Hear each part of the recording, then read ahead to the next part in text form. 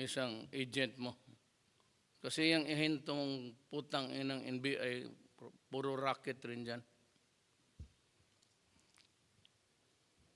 Di bale, imbitahin ko kayo minsan punta tayo ng koridor. Mag-picnic tayo doon.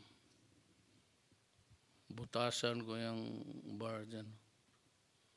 Nung una yung mga telepono, pumapasok eh.